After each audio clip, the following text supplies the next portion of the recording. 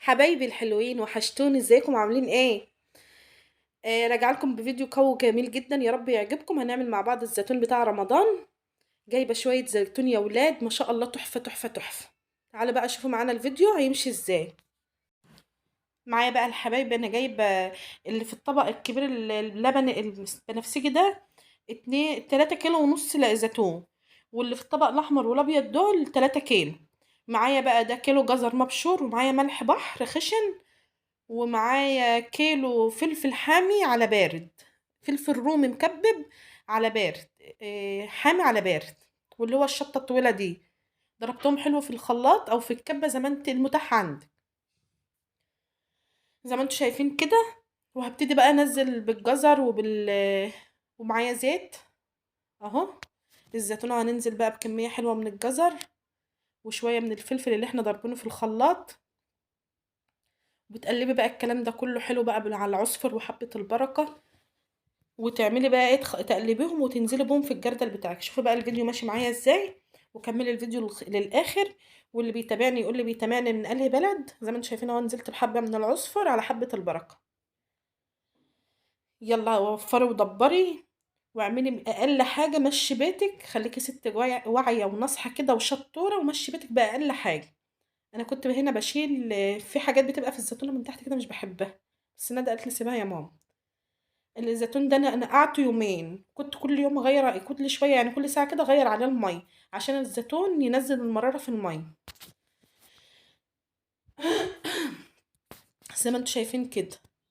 بقلب بقى الكلام ده كله مع بعض. تغيري بقى الزيتون زي ما انا قلت لك عليه الميه كل ساعه، بحيث ان المراره بتاعت الزيتون تخرج في الميه لحد لما الميه كانت رايقه وجميله جدا، زي ما انتوا شايفين بالشكل الجميل ده. بنزل بقى بعد الفلفل، بنزل بالفلفل والجزر والعصفر وحبه البركه، وبقلب الكلام الجميل بتاعنا ده كله. وبحطه في البرطمان او في الجردل اللي متاح عندك بتحط فيه. انا حطيت في برطمانين، اللي هم احنا يعني ايه، ممكن تمسكي ده تفدغيه على فكرة، بس انا لقيته ايه، مش مستحمل، لان انا كنت جايبه في الكيلو في ده ب10 جنيه. فرصة لقيته فرصة قمت جايباه. هنا ببتدي بقى اعبي الليمون اهو، الزيتون. والزيتون اللي في الطبق الاخضر ده، اللي في الطبقان دي، الزيتون الاخضر ده كنت جايبه الكيلو فيه ب15 جنيه. لقيته فرصة بصراحة، مرضتش امشي من قدام لحد ما جبته. زي ما انتم شايفين كده، بحط بقى بعبي البرطمان بتاعي. الكلام ده بقى مش واكل معايا بقى، هشيل انا ايه المعلقه واعمل بايدي، لان لقيت الموضوع ده بيفقع بصراحه، فانا اضطريت اشيل المعلقه ونستخدم ايدينا. احنا ايدينا غسلينها قبل ما نشتغل، ومتاكدين من نظافه ايدينا. البرطمان ده كان عندي قديم، مسكته غسلته وعقمته وحطيته شويه في الشمس قبل ما اشتغل فيه يعني. وابتديت بقى دلوقتي اعبي بقى الزيتون بتاعه كله في البرطمان. هيتفضل شويه بحطهم في برطمان بيبي صغنون كده وشكله كيوت، زي ما انتم شايفين بالشكل الجميل ده. معلش يا جماعه مني، كنت بنحم على الولاد مش قادره اخد نفس، اعذروني. يلا، هم كانوا قاعدين النهارده من المدرسه ومطلعين عيني، قلت لهم على جثتي وجثه شامبو لو قعدتوا تقعدوا معايا في البيت. الواحد ما بيصدق يطلعوا يروحوا المدرسه ودول عايزين يقعدوا لي. يلا ربنا يهديهم. كنت كده مليت البرطمان الاولاني، وفات شويه حطيته في البرطمان الصغنن الجميل ده. الميه اللي فاضت منهم دي بقى انا مش هرميها، هنزل بقى بميه، هتشوفوا دلوقتي هنعمل فيها ايه. دول اتفضل شويه اهو، نص البرطمان. زي ما انتم شايفين كده، نزلت بقى البرطمان التاني. البرطمان ايه، اسفه، الزيتون. نزلت بالزيتون ده بقى اللي ان شاء الله باذن الله ربنا يحيينا ويدينا طولة العمر واياكم. ده هيبقى بتاع رمضان. هيستحمل شويه عن التاني الغامق ده. كنت حاساه يعني يا دوب هيستوي على طول، يعني ايه، مش جامد كده وماسك نفسه، هو حلو، بس ايه، هيستوي بسرعه عن ده. تحسي هو كان اسمر، زي ما يكون كان رايح يبقى اسمر بس رجع في كلامه مشبح. معرفش هو نوعه ايه، بس ده اللي انا عارفاه ده عجيزي. زي ما انتم شايفين كده. مش تفاحي، التفاحي ما يستحملش، اوعوا تخلوه تفاحي وتسيبوه رمضان. التفاح ما بيستحملش. ده كان برطمان جردل جبنه. حطيت فيه بقى الزيتون. كان عندي امل ان هو يتملى، بس ما، يا دوبكش يعني حبه صغننين كده اللي فاضوا منه. جبت شويه ميه بقى، حطيت فيها شويه شطه حمراء، الفلفل اللي احنا ضاربينه مع بعض في الخلاط اهو. وابتدي اقلبه، وبنزل بالملح البحر. الملح ده جميل جدا في المخلل، في الفسيخ، وفي تحديق الفسيخ برضه. وابتدي اقلبه زي ما انتم شايفين. بقلبه خالص لحد لما الملح يدوب، بختبره ببيضة. البيضة هنا عايمة على وش المية، يبقى كده الملح بتاعنا مظبوط. هاجي اوريها لكم بقى في ميه بيضه من الحنفيه ما فيهاش ملح، هتلاقيها شوفوا غطست تحت اهو زي ما انتم شايفين كده. تعرفي ان الميه بتاعتك حدقها مش مظبوط، هي دي ميه ما فيهاش اي ملح، بس انا بعمل لكم تجربه يعني. هنا شوفوا البيضه بقى هتلاقوها فين، عامت على وش الميه كده، تعرفي ان الملح بتاعك مظبوط، والمخلل باذن الله بامر الله يكون كويس معاك ان شاء الله يعني. وربنا يحسن ما بين ايدينا وايديكم يا حبايبي. هاخد بقى الميه الجميله ديت بقى واحطها املى ايه البرطمانات على الزيتون زي ما انتم شايفين كده.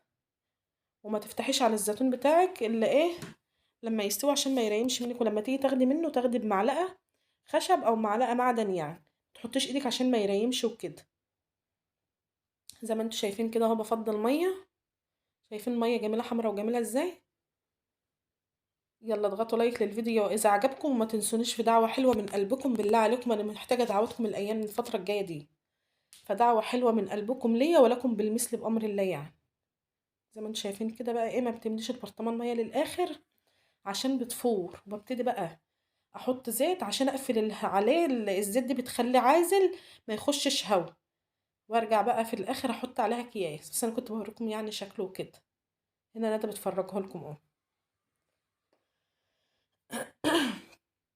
بجيب البرطمان الكيوت بتاعنا الزقنن الجميل ده، وببتدي برضه احط الزيت ده زي ما قلت لكم عازل عشان ما يخشش للزيتون بتاعنا اي هوا. زي ما انتم شايفين جماله ما شاء الله تحفه. شوفوا دي ندى. وهنا كنت عبيت البرطمان برضو الجردل الكبير ده وحطيت على وشه زيت زي ما انتم شايفين اهو. ودي الكمية اللي طلعت معانا ما شاء الله اللهم بارك من الزيتون بتاعي. كنت جايبة زيتون ب50، لا استنى اقول لكم، ب65 جنيه زيتون ما شاء الله عامل معايا الكمية دي. جبت بقى اكياس تلاجة وفتحتها كده زي ما انتم شايفين، وببتدي اقفل عليهم بحيث ان ما امنع عنهم اي دخول هوا زي ما انتم شايفين كده، ويتاكلوا بألف هنا وشفا يا رب. اهو شايفين بقى جمال الزيتون، اضغطي لايك للزيتون بقى لو عجبك، وجربوا ان شاء الله النتيجة دي جميلة جدا يعني. مجرباها ما شاء الله والله يا ولاد، بيقعد معايا للسنة من السنة للسنة. احلى حاجة الجردل ده بقى ايه، من البتاع البرطمان اتفض مرة واحدة. البرطمان ده فقعني على ما خلصت الكمية اللي كانت معايا، حطيت برضو اكياس من اكياس التلاجة فتحتها وببتدي اقفل عليها بالاكياس. وكده يكون الفيديو بتاعنا خلص، يا رب يعجبكم، والسلام عليكم ورحمة الله وبركاته.